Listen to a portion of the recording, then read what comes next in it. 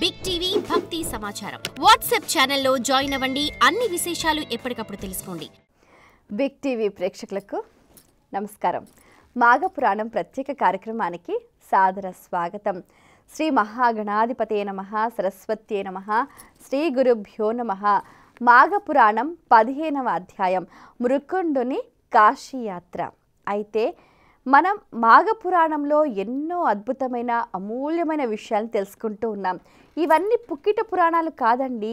సాక్షాత్తు శ్రీ మహావిష్ణువు సుదర్శన చక్రం నుంచి ఆ వెలువడిన ఆ ఎక్కడైతే పవిత్రమైన స్థలం ఉందో నైమిషారణ్యంలో సూతుడు శౌనకాది మహాములందరికీ కూడా తెలియజేసిన విషయ సారాంశాన్ని వశిష్ఠుడు దిలీప మహారాజుకు చెప్పాడు. అదంతా కూడా ఎంతో చక్కగా మాఘ పురాణంగా సంగ్రహంగా మన చేతికి అందింది. దాన్ని మనం రోజుకో అధ్యాయం చొప్పున చెప్పుకుంటూ వస్తున్నాం. మనం మాఘమాసంలో ముఖ్యంగా చేయవలసిన పని ఏంటంటే మాఘ స్నానం. ఎవరైనా ఎంతటి వారైనా, పుణ్యాత్ములైనా పాపాత్ములైనా, మంచివారైనా చెడ్డవారైనా, చిన్నవారైనా పెద్దవారైనా, ఎవరైనా ఎటువంటి వారైనా, ఎటువంటి స్థితిలో ఉన్నవారైనా సరే పొద్దున్నే సూర్యోదయ పూర్వమే స్నానం చేస్తే వారి పాపాలన్నీ పటాపంచలవుతాయి. దానికి సంబంధించి ప్రామాణికతలు మనం ఇంతకుముందు చాలాసార్లు కూడా వర్ణించుకున్నాం. అయితే ఈ స్నానానికి సంబంధించి ఎంతో ప్రాశస్త్యం ఉంది. మాఘమాసంలో స్నానం చేయాలి. ఈ స్నానం చేస్తే సరే, అది కూడా ఎక్కడ స్నానం చేయాలి? నదీ స్నానం చేయాలి. సూర్యోదయ పూర్వమే చేయాలి. ఇప్పుడు కుంభమేళా సందర్భాలలో కూడా స్నానానికి అంత ప్రాధాన్యత ఉంది అని అంటే ఎంతెంతమంది అఖాడాలు, పెద్ద పెద్ద వాళ్ళు, పీఠాధిపతులు, మఠాధిపతులు, ఎంతోమంది కూడా అఘోరాలు ఆ ప్రాతకాలం మాఘమాసం నదీ స్నానానికి చాలా ఇంపార్టెన్స్ ఇస్తారు. దీనికి సంబంధించి వివరణ మనకు ముఖ్యంగా పద్మపురాణంలో చెప్పారు. చాలా అద్భుతంగా వర్ణించారనమాట. సో దాని అంతటినీ కూడా సంగ్రహంగా మనం అంతా కూడా చర్చించుకునే ప్రయత్నం చేస్తున్నాం. అయితే ఇక్కడ మృకుండుని కాశీయాత్ర. మరి ఈ మృకుండుడికి కాశీయాత్రకి సంబంధం ఏంటి? మనం తెలుసుకున్నాం. ఏంటి? వివాహం తెలుసుకున్నాం. 8 రకాల వివాహాలు తెలుసుకున్నాం. గృహస్థ ధర్మాలు తెలుసుకున్నాం. స్త్రీ ధర్మాలు తెలుసుకున్నాం. పతివ్రత ధర్మాలు తెలుసుకున్నాం కదా. ఇవన్నీ తెలుసుకున్న తర్వాత ఒక వంశవృక్షము, ఒక కుటుంబము, ఒక బాధ్యత అన్నది తెలుసుకున్నాం. ఆ తర్వాత వాట్ నెక్స్ట్? ఇప్పుడు తను సంసార జీవనాన్ని అంతటినీ కూడా త్యజించి తపస్సు చేసి ముక్తి పొందాడని తెలుసుకున్నాం మనం.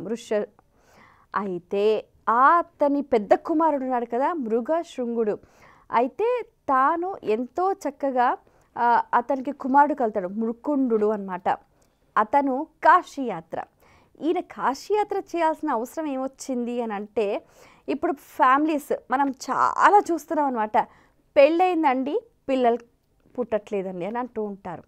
వాళ్ళందరూ కూడా పెళ్ళై పిల్లలు కానివారు తప్పకుండా శ్రవణం చేయవలసిన, అంటే తప్పకుండా తెలుసుకోవాల్సిన విషయాలు ఈ అధ్యాయంలో ఉన్నాయన్నమాట.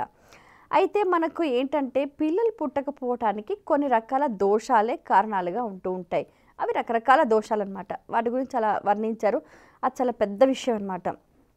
అయితే ఇక్కడ ఈ మృకుండుని కాశీయాత్ర ఏంటంటే తాను నిత్యం ధర్మాల్ని పాటిస్తూ ఉన్నాడు. యజ్ఞయాగాదులు చేస్తున్నాడు, దాన ధర్మాలు చేస్తున్నాడు, పుణ్యక్షేత్రాలు వెళ్ళాడు, పుణ్యకర్మలు చేశాడు, నిత్య పూజలు చేశాడు. అయినా కానీ సంతానం కలగట్లేదు. ఎందుకు కలగట్లేదు? దోషం. అది పెద్ద బండై కూర్చుంది. అయితే మనకున్న ఆ గ్రహాలు, మనం చేసిన సంచితం, ప్రారబ్ధం, ఆగామి, ఈ సంచిత కర్మలు, ఆ ప్రారబ్ధ కర్మలు మనల్ని వెంటాడుతూ ఉంటాయన్నమాట. ఆ కర్మ ఫలితం మనల్ని ముందరికి వెళ్ళనివ్వదు. ముందరి కాళ్ళకు బంధాల్లాగా ఉంటాయన్నమాట.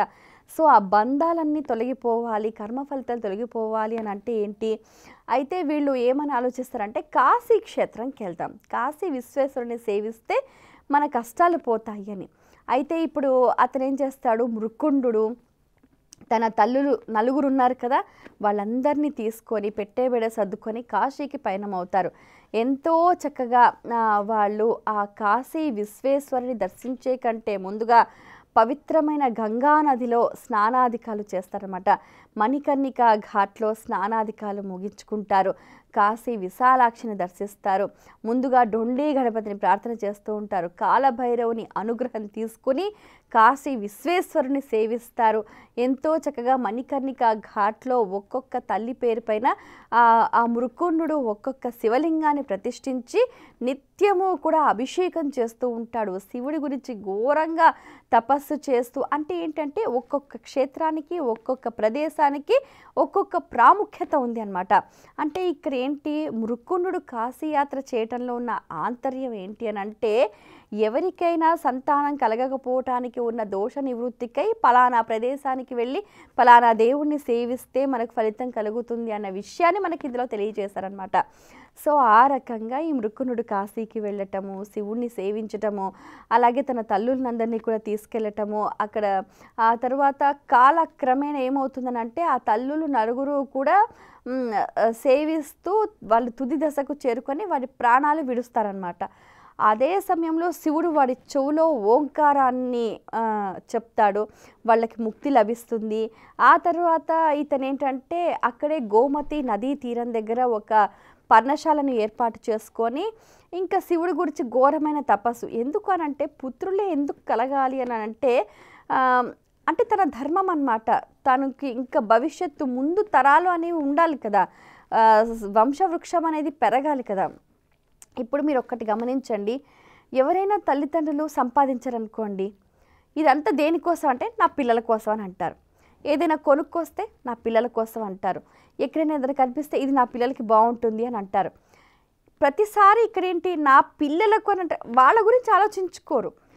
పిల్లలు ఉండాలి అని ఎందుకు అంటారు అని అంటే, ఆంతర్యము నాది అన్నది ఏది లేకుండా పోతుందన్నమాట. ఆ స్థితికి చేరుకోవాలి మనం. రమణ మహర్షి గారు కూడా ఇదే చెప్పారు. నాది నేను అన్న స్థితిని ఎప్పుడైతే వదులుకుంటామో అప్పుడే మనం మోక్షాన్ని పొందుతాం. అది ఎప్పుడు వస్తుంది, మనకు పిల్లలు ఉన్నప్పుడే వస్తుంది. అవునా? ఇప్పుడు పిల్లలు లేరనుకోండి, ఏదైనా కొంటే ఓహో మనమే తినాలి కదా, మనమే చేసుకోవాలి కదా, అప్పుడు మన కోసం అని ఉంటుందన్నమాట. పిల్లలు ఉంటే ఏదైనా పిల్లల కోసమే ఉంటుంది. ఎందుకంటే పిల్లలు ఉండాలన్నమాట. పిల్లలు ఉంటే వాళ్ళు ఏంటంటే నేను నాది అన్న స్థితి నుంచి బయటపడతారనమాట. సో ఇంకొకటి ఏంటంటే దానం అంటే ఇవ్వటం నేర్చుకుంటారనమాట. మనం మన దగ్గరే ఉంచుకుంటే దాన్ని ఏం ప్రయోజనం ఉండదు. ఇవ్వాలి. మనం ఏదైతే ఇస్తూ ఉంటామో అదే పెరుగుతూ ఉంటుందన్నమాట. ఆ విషయాన్ని కూడా మనం ఇక్కడ పట్టుకోవాలన్నమాట. సో ఆ విధంగా పిల్లల కోసం ఘోరంగా తపస్సు చేస్తాడు. ఈయన తపస్సు చూసి మిగిలిన వాళ్ళంతా అయ్యో అబ్బాయి అంతగానం తపస్సు చేస్తున్నాడు, పరమేశ్వర అనుగ్రహించవా అంటే సరే అతనికి టెస్ట్ పెడతాడు. పెట్టిన ప్రతి టెస్ట్లో అతను పాస్ అవుతాడు. సరే ఇక చివరికి పరమేశ్వరుడు సతీదేవితో కలిసి ఆ నదీ తీరానికి చేరుకొని అతని తపస్సుకు మెచ్చి అతన్ని అనుగ్రహించి అతనికి సంతానాన్ని అనుగ్రహిస్తారనమాట. ఈ 15వ అధ్యాయంలో మనం తెలుసుకోవాల్సిన విషయాలు 2 ఉన్నాయన్నమాట. ఏంటి అని అంటే, మనకున్న దోష నివృత్తి కోసం మనం తీర్థయాత్రలు తీర్థక్షేత్రాలు తిరగాలన్నమాట, తపస్సు చేయాలి. భగవత్ అనుగ్రహం ఎప్పుడైతే మనకు పరిపూర్ణంగా ఉంటుందో అప్పుడు మనకు మన జీవితానికి కావాల్సినవన్నీ మనకు లభిస్తాయి అన్నది మనకు ఇందులో నిరూపణ అవుతుందన్నమాట. నేను నాది అన్న భావాన్ని మనం వదిలిపెట్టుకోవాలి. అది మనం తెలుసుకోవాల్సిన విషయం. ఇది ఇందులోని సారాంశం. స్వస్తి. For more videos like this, subscribe Big TV channel.